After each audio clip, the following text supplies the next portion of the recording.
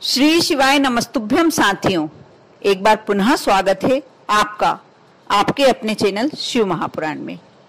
मैंने अपने इससे पूर्व के वीडियो के द्वारा आपसे महालक्ष्मी जी के पूजन के विषय में आपको कुछ जानकारियां दी थी। आपने कमेंट्स में कुछ प्रश्न किए हैं। आपने उन प्रश्नों में पूछा है कि हम ये व्रत कैसे करें, इसकी क्या कथा है, इसको कैसे कर सकते हैं, निराहार करें या फलाहार करें, इसकी पूजन विधि क्या है। तो ये सारे प्रश्न जो आपके हैं, किसी ने पीरियड संबंधी कोई समस्या बताई है, तो मैं आपके सारे प्रश्नों के उत्तर इस वीडियो में दे रही हूँ। आप इस वीडियो को अंत तक देखें। आपके सारे प्रश्नों के उत्तर, जो महालक्ष्मी व्रत से संबंधित आपके प्रश्न हैं, उन सारे प्रश्नों के उत्तर आपको इस वीडियो में अवश्य मिल जाएंगे। 16 दिन तक चलने वाला महालक्ष्मी पर्व कोई साधारण व्रत नहीं होता। महालक्ष्मी को मनाने और पाने का एक यह अचूक उपाय है। 28 सितंबर को 16 दिन पूर्ण हो रहे हैं, किंतु अष्टमी तिथि 2 दिन होने के कारण यह व्रत कई लोग 28 सितंबर को भी रख रहे हैं, कई लोग 29 सितंबर को भी मान रहे हैं। दोनों दिनों में से कोई से भी दिन रख सकते हैं। हिंदू धर्म में महालक्ष्मी व्रत का खास महत्व होता है। 16 दिन व्रत रखने के पश्चात अश्विन माह की अष्टमी को इस व्रत का समापन होता है, किंतु ये आवश्यक नहीं है कि आप पूरे 16 दिन ये व्रत रखें। अष्टमी तिथि को यह व्रत रखकर आप पूर्ण फल प्राप्त कर सकते हैं। इस व्रत में चंद्रमा को अर्घ्य देकर व्रत पूर्ण किया जाता है। इसलिए शास्त्र तो यही कहता है कि यह व्रत 29 सितंबर को ही रखा जाना चाहिए। आप महालक्ष्मी पूजन इस प्रकार कर सकते हैं। सर्वप्रथम आपको सुबह स्नान आदि से निवृत्त होकर आप स्नान से निपट जाएं।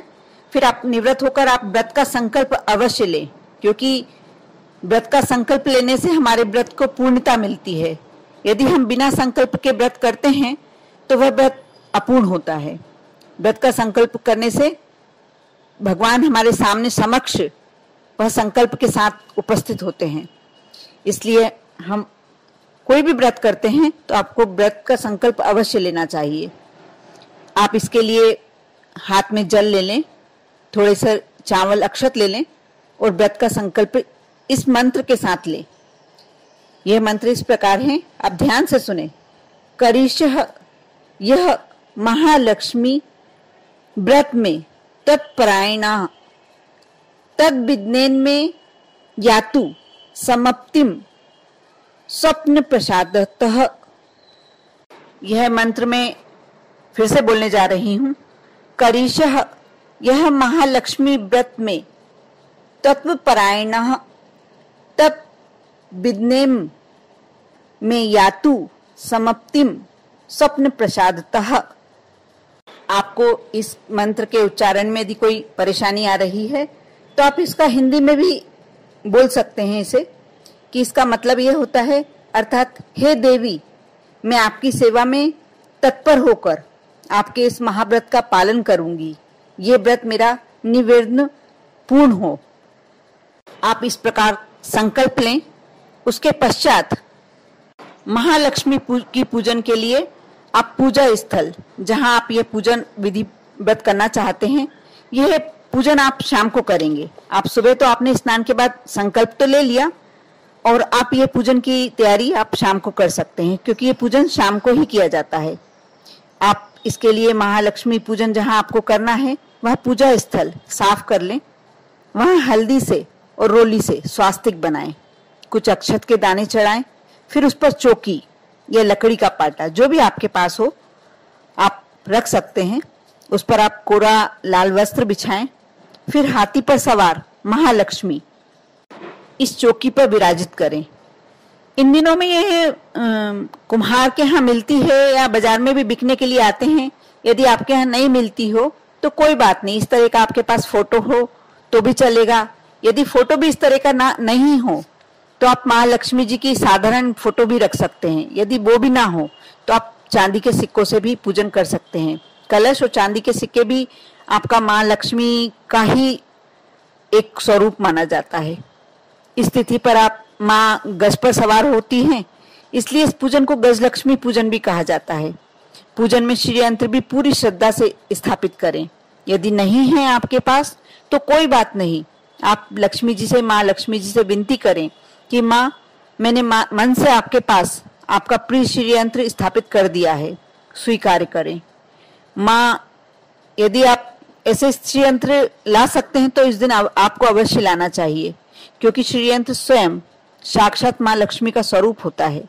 साथ ही आपने इस दिन कोई स्वर्ण आभूषण या स्वर्ण खरीदा होता है तो वह भी आप पूजन में रखें। ऐसा शास्त्रों में वर्णित है कि यदि इस दिन स्वर्ण खरीदा जाए और महालक्ष्मी की पूजन में रखा जाए तो वह 8 गुना बढ़ता है।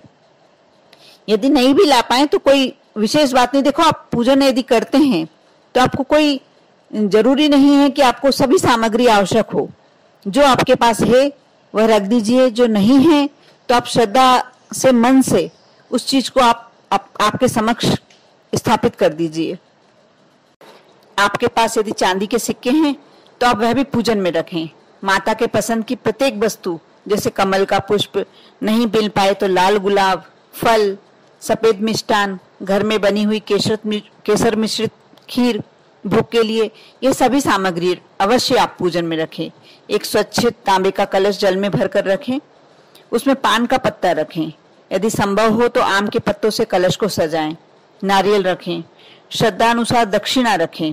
हाँ, एक बात का आप अवश्य ध्यान रखें कि महालक्ष्मी की पूजन में आपको श्रृंगार सामग्री अवश्य समर्पित करना चाहिए। महालक्ष्मी पूजन शाम के समय प्रदोष काल में किया जाता है। यदि संभव हो तो आप छोटी सी लाल चुनरी भी माँ को समर्पित करें। फिर पूरे विधि पूर्वक आप हाथी बाबा और माँ लक्ष्मी जी का पूजन करें। पूजन में हाथी बाबा की निर्मित आपको दूर्वा अवश्य रखनी चाहिए। अक्षत, रोली, हल्दी से विधि पूर्वक, श्रद्धा पूर्वक पूजन करें। आप स्वयं भी इस पूजन में 16 श्रृंगार करके पूजन करें। लाल पीले वस्त्र धारण करें। ये सब देखने में छोटी छोटी बातें होती हैं, लेकिन ऐसा कहा जाता है कि जब भी हम महालक्ष्मी का पूजन करते हैं तो स्वयं भी हमें उनका स्वरूप ही धारण करना चाहिए, क्योंकि हर सौभाग्यवती नारी स्वयं माँ लक्ष्मी का स्वरूप ही मानी जाती है। हाँ, सब इस प्रकार पूजन करके आप कथा अवश्य सुने। कथा में इसके वीडियो के अंत में बताने वाली हूँ। और फिर रात को जब चंद्रमा दिखे उसको अर्घ दें, उनका पूजन करें, चंद्रमा जी का पूजन करें। आप अपना व्रत पूरा कर सकते हैं। आपने पूछा कि इस व्रत को कैसे करें, तो इस व्रत में क्या सुबह से ले सकते हैं। इस व्रत में वैसे तो नियम बनता है कि दूध, मिष्ठान और फल आदि ही आपको दिन के समय लेना है। जब रात्रि में आप चंद्रमा को अर्घ देंगे उसके बाद ही आप भोजन करें। लेकिन इस बारे में मेरा मानना कुछ अलग है कि आप फल, मिष्ठान, दूध वगैरह तो ले ही सकते हैं इस व्रत में सुबह से। लेकिन यदि आप संभव हो, आप इस व्रत को इस प्रकार करने में सक्षम हो तो ही आप ऐसा करें, नहीं तो आप सुबह से फरार भी कर सकते हैं। महालक्ष्मी व्रत की कथा इस प्रकार है।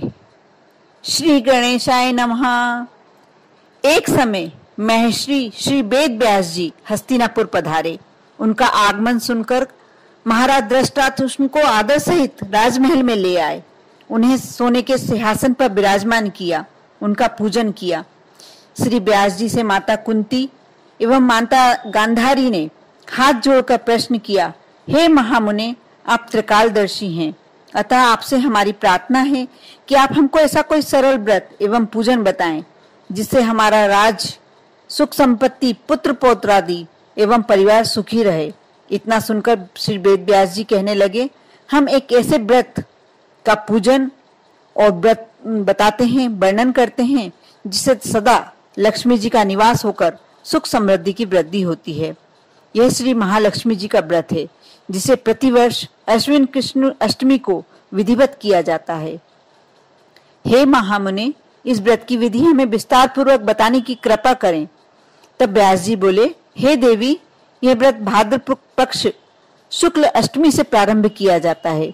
इस दिन स्नान करके 16 सूत के धागों का डोरा बनाया जाता है। इसमें 16 गांठ लगाई जाती है। हल्दी से इन्हें पीला करा जाता है। प्रतिदिन 16 दूब व 16 गेहूं के डोरे चढ़ाए जाते हैं।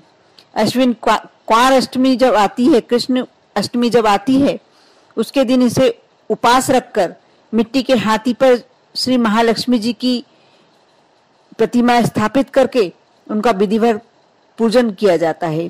इस प्रकार श्रद्धा भक्ति सहित महालक्ष्मी जी का व्रत पूजन करने से जो भी यह व्रत करता है उसके धन धान्य की कभी कमी नहीं होती। इस प्रकार व्रत का विधान बताकर श्री वेद व्यास जी अपने आश्रम को प्रस्थान कर गए। इस समय भाद्र शुक्ल अष्टमी से गांधारी एवं कुंती अपने अपने महलों में नगर की स्त्रियों सहित व्रत का आरंभ करने लगी। इस प्रकार 15 दिन बीत गए। 16वें दिन अश्विन कृष्ण अष्टमी के दिन गांधारी ने नगर की सभी प्रतिष्ठित महिलाओं को पूजन के लिए अपने महल में बुलवा लिया। माता कुंती के यहाँ कोई भी महिला पूजन के लिए नहीं आई। साथ ही माता कुंती को भी गांधारी ने नहीं बुलाया था। ऐसा करने से माता कुंती ने अपना बड़ा अपमान समझा। उन्हें बहुत दुख हुआ। उन्होंने पूजन की कोई तैयारी नहीं की एवं उदास होकर बैठ गई। जब पांचों पांडवों को युधिष्ठिर, अर्जुन, भीम, नकुल और सहदेव महल में आए, उन्हें पता चला कि माँ उदास है, कुंती माँ उदास है, और पूछा, हे माता, आप इस प्रकार उदास क्यों हैं? आपने पूजन की तैयारी क्यों नहीं की? तब माता कुंती ने कहा, हे पुत्र, आज महालक्ष्मी जी का व्रत है और माँ गांधारी के महल में मनाया जा रहा है। उन्होंने नगर की समस्त महिलाओं को बुलाया है। उसके 100 पुत्रों ने मिट्टी का एक विशाल हाथी बनाया है, जिस कारण सभी महिलाएं उस बड़े हाथी का पूजन करने के लिए माँ गांधारी के यहाँ गई हैं, लेकिन मेरे यहाँ नहीं आई, न ही मुझे माँ गांधारी ने बुलाया। यह सुनकर अर्जुन ने कहा, हे माता, आप पूजन की तैयारी करें और नगर में बुलावा लगवा दें। हमारे यहाँ स्वर्ग से ऐरावत हाथी आएंगे पूजन के लिए और हम ऐरावत हाथी की पूजन करेंगे। इधर माता कुंती ने नगर में ढिंडोरा पिटवा दिया और पूजा की विशाल तैयारियां होने लगी। उधर अर्जुन ने बाण के द्वारा स्वर्ग से ऐरावत हाथी को बुला लिया।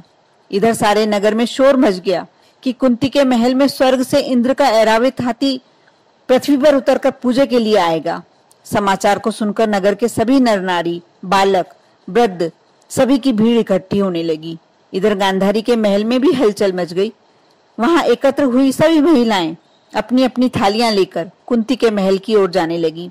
देखते देखते कुंती का सारा महल ठसाठस भर गया। माता कुंती ने ऐरावत को खड़ा करने हेतु अनेक रंगों के चौक पुरवाकर नवीन रेशमी वस्त्र बिछवा दिए।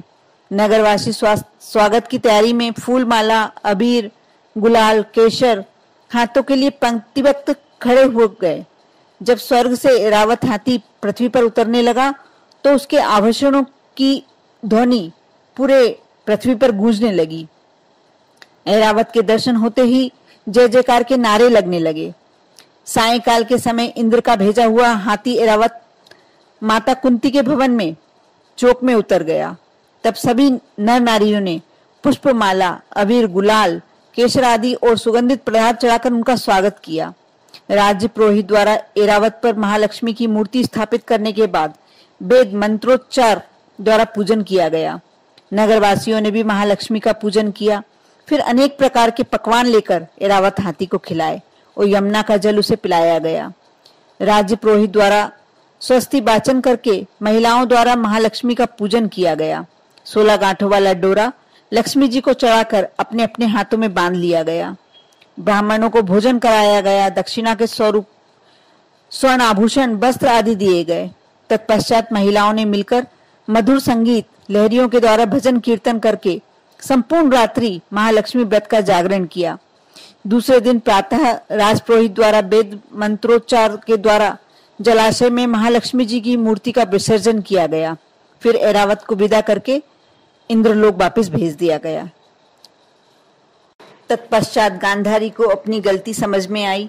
उन्होंने मां कुंती से माफी मांगी और कहा कि मेरे 100 पुत्र होके भी मिट्टी का ही हाथी बना पाए, लेकिन तुम्हारे 5 पुत्रों ने भी ऐरावत को लाके खड़ा कर दिया और साथ में आके गांधारी ने भी अपनी तरफ से पूजन अर्चन की। इस प्रकार तभी से यह कथा, महाभारत काल से ही यह कथा महालक्ष्मी जी की कही जाने लगी। और इस प्रकार जो स्त्रियां महालक्ष्मी का विधि पूर्वक व्रत एवं पूजन करती हैं, ये कथा सुनती हैं, उनके घर में कभी भी धन्य धान्य की कमी कभी नहीं। महालक्ष्मी हमेशा उनके यहाँ निवास करती है। महालक्ष्मी जी की कथा सुनने के बाद आप यह स्तुति अवश्य करें, महालक्ष्मी नमस्तुभ्यम नमस्तुभ्यम सुरेश्वरी, हरि प्रिय नमस्तुभ्यम नमस्तुभ्यम दयानिधे। फिर से एक बार सुने, महालक्ष्मी नमस्तुभ्यम नमस्तुभ्यम सुरेश्वरी, हरि प्रिय नमस्तुभ्यम नमस्तुभ्यम दयानिधे। आप इस तरह बताई हुई विधि से पूजन करें, अर्चन करें, व्रत रखें, साथ ही इस कथा का वाचन करें और दूसरों को भी श्रवण करवाएं। आपकी सारी समस्याओं का अंत हो जाएगा। आपके ऊपर महालक्ष्मी की एक विशेष तरह से कृपा होने लगेगी। आप में से ही किसी ने प्रश्न किया था कि मुझे 28 तारीख को मुझे चौथा दिन रहेगा, मैं पीरियड से हूं, तो आप 29 तारीख को यदि स्वच्छ हो जाएं तो ये पूजन अवश्य कर सकते हैं, और यदि ना हो तो आप पूजन नहीं करके ये व्रत कर सकते हैं। चंद्रमा को अर्घ्य ना दें, हाथ जोड़कर आप भोजन प्राप्त कर सकते हैं। आप पर और आपके पूरे परिवार पर महालक्ष्मी की कृपा इस विशेष पर्व पर अवश्य बने और पूरे साल भर आपके घर में महालक्ष्मी इस तरीके से विद्यमान हो जाए कि आपके यहाँ कोई भी कमी ना रहे। ओम नमः शिवाय।